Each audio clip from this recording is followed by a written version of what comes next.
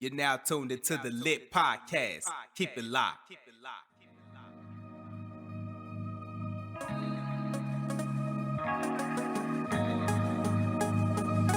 If I could start my life over, go back into time, I would fix every wrong, change every line, do it the right way, the better way, love a little more. Faith is the key that opens up all doors. If I can let go of the past and reach for my future, I need the Most High directing me in my future. When I lay to rest, my pain will be over. I wish sometimes I could start my life all over. Yo, welcome to the Lit Podcast, where we motivate, inspire, help you when you're feeling low, and also help you to know God. Yo, it has been a minute since I've done, something on the Lit Podcast. Man, I've been going through a lot lately, but guess what? God is still good. And the message that I'm gonna bring to y'all today is, pretty much I'm gonna just give a little background before I jump off into it. Just remember that all this stuff is impromptu. It's just being spirit led. God woke me up this morning and told me that, the message that you preached the other day, you're not finished. You need to expound on that a little bit more. So that's why I got the microphone sitting off to the side, because I need a little bit of room for what God showed me. And I'm gonna just get straight into it. I talked about trauma the other day, and I realized that, and I failed to mention that when people are dealing with certain type of trauma, they tend to bottle, stuff up. And for me, I bottled so much up for so many years.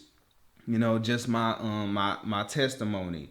When I was younger, my mother had passed away of sarcoidosis, asthma, and that pretty much tore my heart apart. I didn't really have any feelings. I was numb. That kind of caused me to act out in a certain way, because I was like, oh my goodness, I don't have my mom is not here anymore. And, I'm feeling alone. My dad was there, but he was always working to, provide and stuff like that. And, so I felt like I needed to get that affirmation from other people. That I wanted to, I wanted to fit in. I wanted to be cool. And so I was turning to, trying to be like someone else, trying to be in the in crowd, trying, to do the whole, want to be gangbanger type of stuff. I figure if I wore the saggy jeans and all this other stuff, that I'd be cool. If I, smoked, if I drank this stuff at a younger age, that I would be, just like them, and I would be praised, and I would be in the, the in crowd. And then right after that, my grandpa had passed away. And then shortly it was my grandma that had passed away. And then it was an aunt that passed away, uncle. So I kept experiencing death. And then the most tragic thing that really hit me is when my wife had passed away. And at that time, even before all of that happened, I really never shed tears. I mean, in how some people will go to a funeral and they will see that person and just break down. I broke down when I was by myself, but it's like I held all that in. I never, it got to a point to where I'm tired of shedding tears. I'm tired of feeling sad, and I just became numb, to death, to where it's just like, man, I had up in my mind, well, people just gonna leave me anyway. I was always getting rejected and stuff like that. People just gonna leave me anyway. So my heart became, callous to where, I would kind of show a little emotion, but not that much because, I felt that, what, it's just going to be another one gone. So I bottled all of that stuff in. And, I was really feeling, discouraged about myself. I was like, what have I done, wrong to, cause these people closest around me to leave me? I thought it was something that I was doing. I thought it, maybe it was, quote unquote sin, listening to all these religious, people tell you, well, because you watched porn last night, it made this person go through this and stuff like that. Well, God has punished you and all that. So I believe that mess. Man, I believe that stuff when, people will say that, well, what you do and it is called, nah, man. Stuff happens in God's will, man. So we never, we would never understand any of that stuff that, God allows to happen. But it's not because of, what you did. Because if that's so, all of us will be gone. All of us will be pretty much wiped off the face of the earth and be burning in hell if we were punished for everything that we do. And so I bottle stuff in. And, I always used to hear that if a man shows emotion, that he is weak. That in the troubled times, that we just gotta stand strong. We gotta be real hard and stuff like that. And through the last few years, I realized that, man, it's nothing weak about showing emotion. It's nothing weak about showing emotion. Showing emotion is not a sign of weakness, man. That shows that you are human. It shows that, man, hey, I go through stuff too, man. I feel it, man. If somebody, was to pass away, I feel that hurt, man. I'm not bottling that stuff in no more. And, when it comes to bottling stuff in, caused by trauma, it's an anxiety and anger. Two different things. It causes anxiety and anger. Every time you think about the situation, your situation might not be, having a lot of deaths, in your family or close ones and friends and stuff like that. Yours might be to where you were molested as a kid, or you were forced to be in this life in a lifestyle. I watched a video on YouTube last week about this 19-year-old woman. She's 19. She's been into prostituting for 3 years. So she started prostituting when she was 16. But because her mom was a prostitute and her dad was a pimp. So imagine, the stuff that she had to go through, the stuff that she had to see, most likely being raped, take her innocence taken away as a teenager, pretty much persuaded into that lifestyle. You didn't even say forced, because it's like, because her mom and her dad did it, she thought it was cool. She saw all the money that she was getting, but in the interview, I can see that she was breaking down. That, the interviewer was like, hey, what dreams do you have and stuff like that. She dreamed of so much stuff. And this girl, she's autistic and she's a prostitute. But I can tell that she wants more out of life than just prostituting. The enemy just got her trapped. And guess what? I know that interview really broke her, but there was so much stuff that she had bottled in. But I know that she definitely gonna get help. And that's what when I saw the video, I just prayed that she gets help. But that's how it is when we bottle stuff in. We hold it in so much. And I know that by her, letting it out, telling the world, because at the end of the interview, she started crying that she got released from that prison. I pray that she gets out of that lifestyle. But that's how it is when we hold stuff in. We think that we're um doing something good by protecting ourselves and putting up this, this wall that, we're strong, but it also is making us weak. Showing emotion is not a sign of weakness, man. It shows that you are human. It shows that, hey man, I go through stuff. I already said that. And so you just gotta let that stuff out. You gotta ask yourself, what happened? What happened to you? What happened? What made you what happened in your past that made you this way? What happened? Most of the time people will say, well, I grew up in this particular, environment that caused me to be this way. Okay, yes, we was born in sin and shaped in iniquity.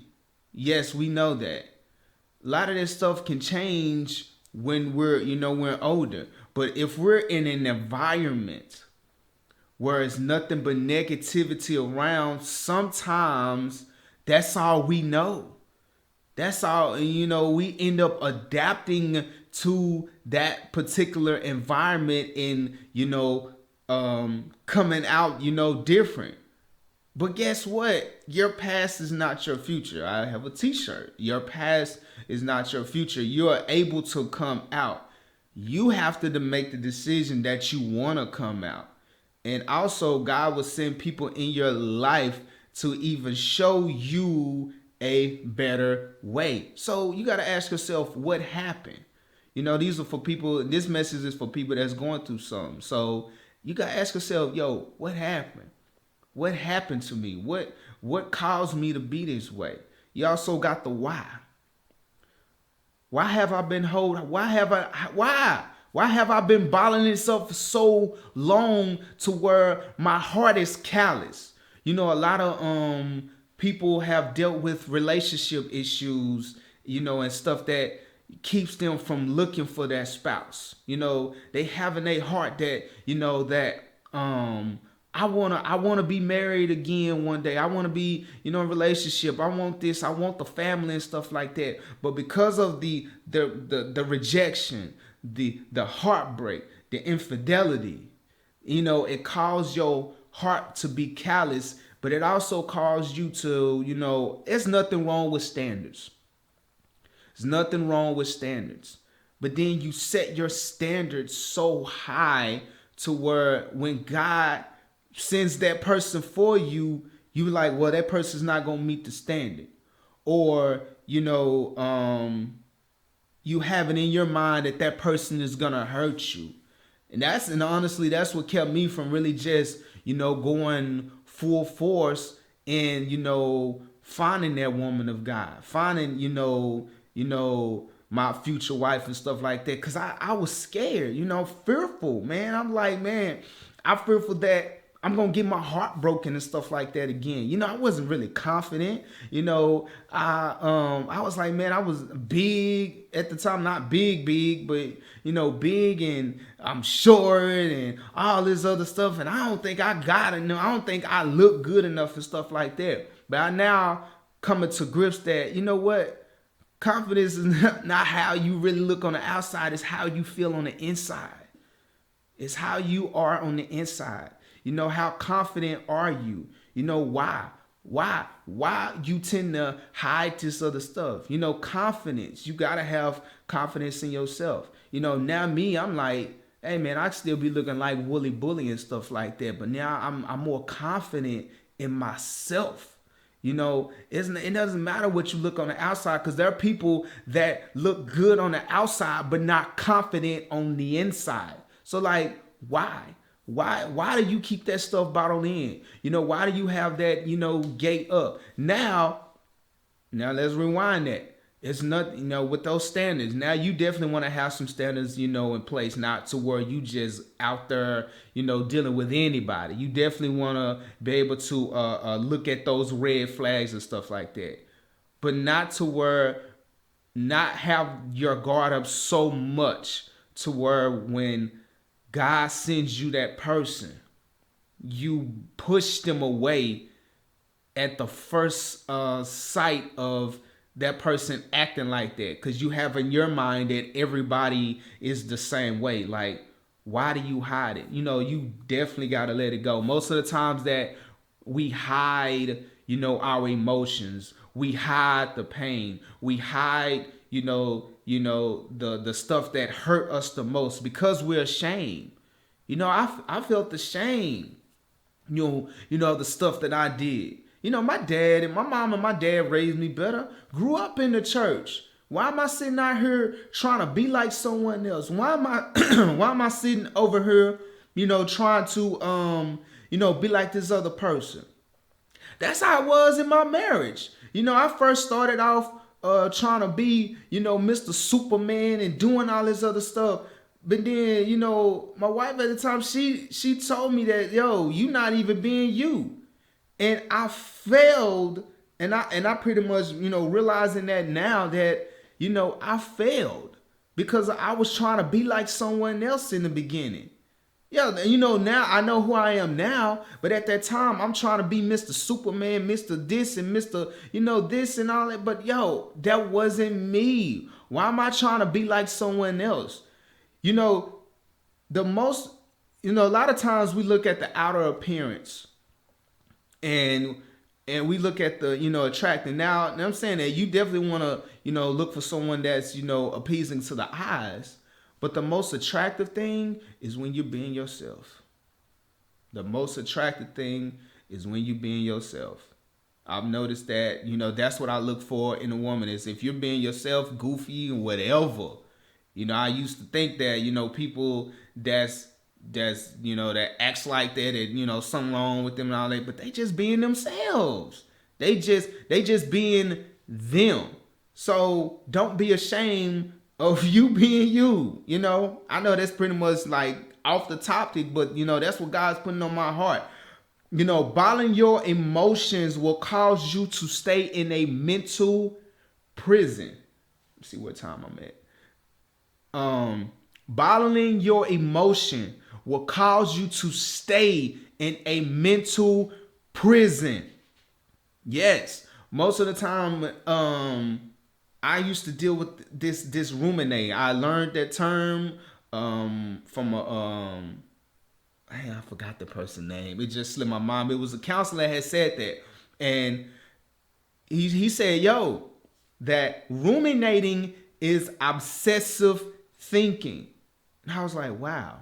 Because just to be honest, I will play these particular thoughts in my mind, and I will play these scenes out to where I think it was going to happen. And so I will put in my mind a certain scenario, and it will end up being negative. So a lot of those times when I ruminate, it wouldn't even be a positive outcome. And so I will have my mind set up that something negative is going to happen. So I'm going to try to be on the defense.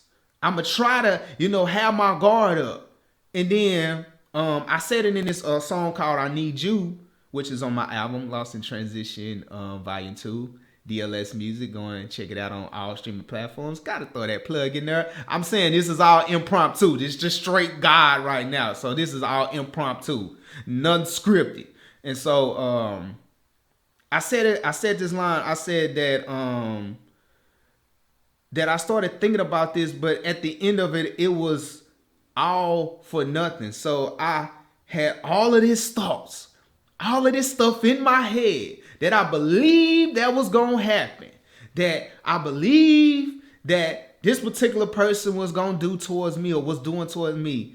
And guess what? At the end of that scenario, I was sitting there tripping for no reason. No reason at all. Why am I tripping?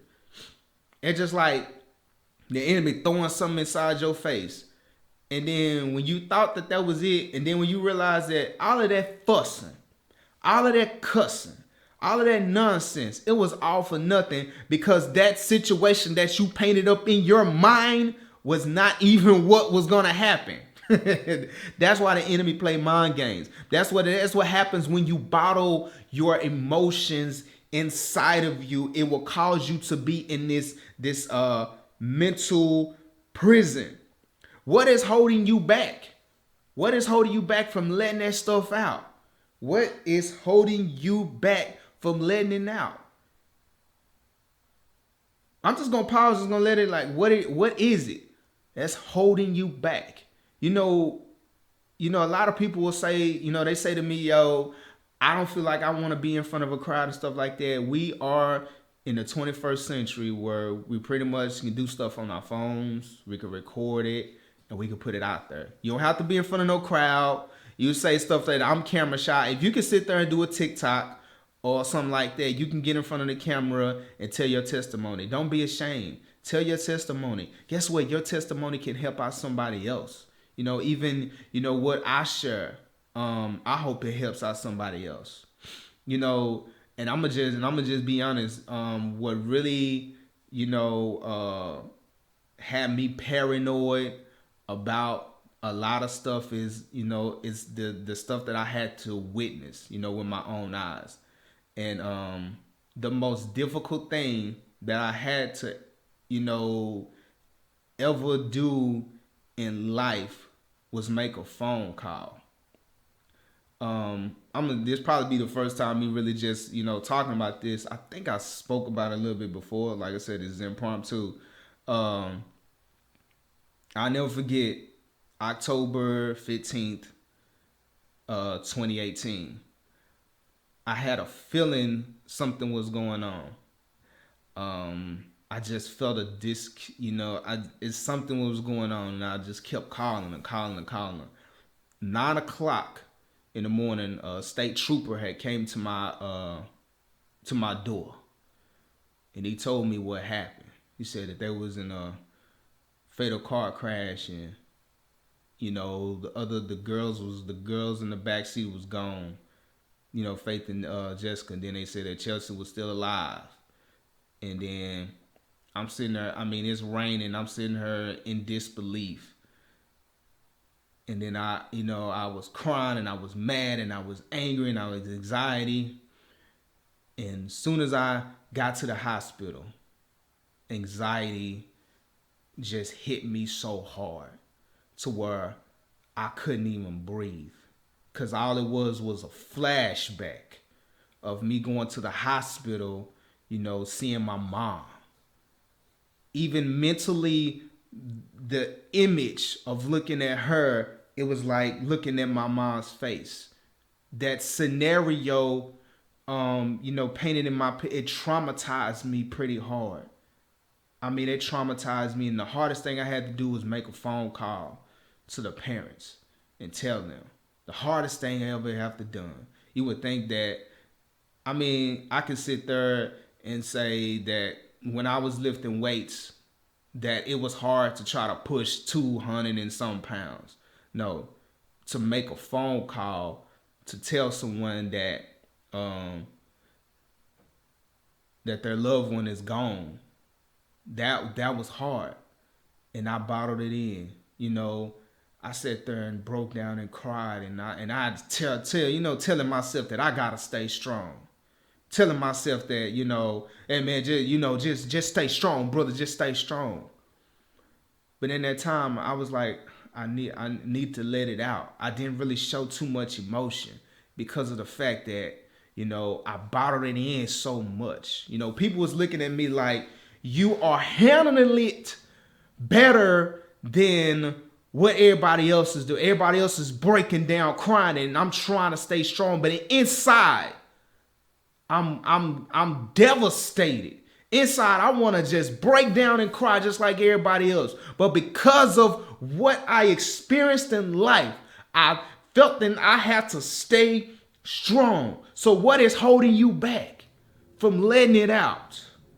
Fear what people gonna think. Man, don't give a damn about what they think. Cry. Let it out. Talk to someone. Tell them. Not just go to everybody, but find that closest person. Matter of fact, let's go to scripture. James 5, I'm going to read 13 through 16. Is anyone among you suffering? Let him pray. Is anyone cheerful? let them sing psalms. Is anyone among you sick? Let them call for the elders of the church and let them pray over them, anointing him with oil in the name of the Lord. And the prayer of the faith will save the sick, and the Lord will raise him up. And if he has committed sin, he will be forgiven. This one right here, we always hear. Confess your trespasses to one another and pray for one another that you may be healed. The effective, fervent prayer of the righteous man availeth much. Talk. Get with somebody. Get with somebody. You know, stop bottling that in.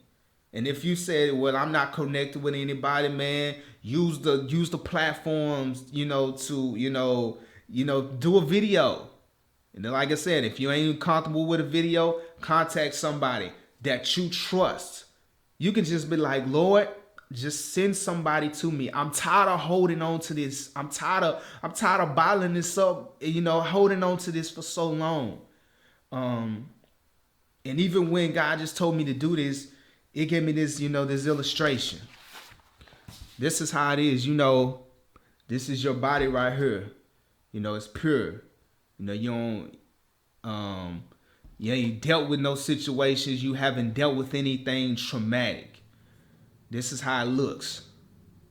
When we deal with stuff traumatic, this is a representation of the traumatic events that happens in our life. It causes us, our clean bodies, to become dirty. It causes it to clean dirty. It went from clear to now dark. This is what happens. This is what is in your body for so many years because you felt that you didn't want to let it out. You didn't want to let it go. You allowed that stuff. It even got on my fingers. It got on her. You allowed that stuff, that ugliness, that darkness to be upon you for so many years. And guess what? It's not going to come out of you automatically. It has to be God that has to cleanse you. And guess what? Now I'm talking to, believers. You can be born again, saved, filled with the Holy Ghost and everything.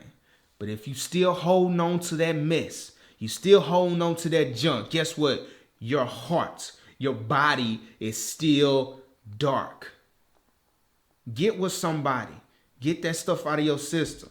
Now, guess what? This is going to represent God. Yeah, this is going to represent. He is the only one that can take that stuff that's bottled inside of you, that's dark, that's ugly, that's nasty, that past. Once you say give it to him, he's going to comfort you. He's going to send some matter of fact, when you say, okay, Lord, I give up. I'm tired of dealing with bottling this stuff up in my life. I'm tired of replaying these traumatic events. I'm tired of not being able to move forward because I'm afraid of what people is going to think about me. So guess what? I give it to you. Guess what? He gonna hold that. He's able to carry that nastiness. Now you start to pour it out on him. He said, you know what? I'm going to send accountability your way. I'm going to send, I sent my Holy Spirit to you. I'm going to send, the counsel that's going to help you into the, right way. Guess what? I'm going to lead you. It might start with just looking at this video. I'm going to just have you, when you start reading the word and start praying, guess what? It's going to start getting that out of your system. And the more that you keep on praying, the more you stay consistent, the more you stay pushing, the more, guess what? It's all going to get out of your system. But you have to stay consistent. You think just because you do it one day and you pray one, day and you think that, no, the enemy is not going to let you go that easily. Oh, he know that those traumatic events has been, keeping you in bondage for so long. He ain't gonna let you go that easy. But the thing is, you have to really give it to God and let it go. Now, if you're the person that's saying that, well, you know what, I'm not feeling confident, you pouring that stuff right back into you. That's why consistency is key. You said, well, Lord, I feel that, that I don't really want to put myself out there as far as love anymore, because I've had my heart broken so many times. All you doing is taking what you gave to God and putting it back into you. You say, well, I don't feel that these women or men have deserve me and stuff like that. All you doing is pouring it right back into you. You gave it out to God. He said that, I can take it. I can take that stuff. You gave it right back you gave it to God. But then when you start picking that back up and you start saying that I don't think that, that this is going to work. I don't know. But once you give it to him and you let him have it, he's able to cleanse you out. And guess what? You will feel so much better. You will feel so much better. You might have a little residue, but guess what? Your body is so clean to where, yes, those thoughts might come to your head. Yes, you remember it. Matter of fact, the little darkness that's in there, that's those thoughts. Yeah, you gonna remember it. You gonna remember the stuff that happened to you. But guess what? It's not gonna affect you. They'll be like, yo, you remember what happened when you was young and stuff like that? Yeah, I remember what happened. But it's not affecting me. I know what happened. I know, what I've done, or even, the person that, caused that, that to happen. I know that issue, but guess what? My past is not my future. God has a greater future for you. All you have to do is empty out that bottle of trauma, anger, frustration, unforgiveness. Empty that bottle out and give it to God. And guess what? Since he's the ultimate, you might as well say trash, garbage disposal. He could take that stuff out. All that, anger and bitterness, and he can get rid of it.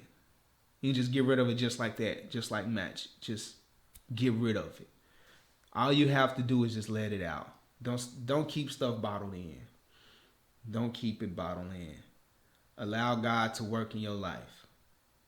And if you say, hey, I need somebody to talk to, man, hit me up in the comments or in the message or something. Let me know that, I'm here to pray for you, man. If you're saying, hey, man, I need some prayer for something, man, hit me up. Hit up somebody, man. Don't hold on to that, man. The suicide rate is so high right now. The enemy got these kids thinking that it's cool to commit suicide.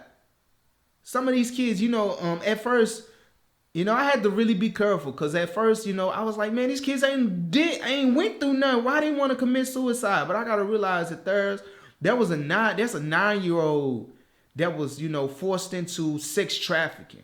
That's probably an 11-year-old that's been molested. That's probably a 5-year-old. So some of those kids went through something traumatic. And the enemy is putting in their head that they just got to take themselves out, that they will be better taken out. But don't fall into that trap. Let it out. There's kids that's going through something. And even for your parents, if you don't want your kid to go down the same path that you're going through, you might want to check yourself. You might want to evaluate yourself, reflect, and say, you know what? What have I contributed? What have I done, and what have I not done to prevent my child from going through this? Some things we go through, it mess around and be hereditary. So you gotta let that stuff out. So This is DLS, the Lit Podcast. I know this is very emotional for me. I kind of feel like I want to, I'm getting very emotional right now. But God really just prompted this on my heart to really just get this out to the people. So let it out. Cry. Let it out. Just let it out. Don't hold it in. Peace.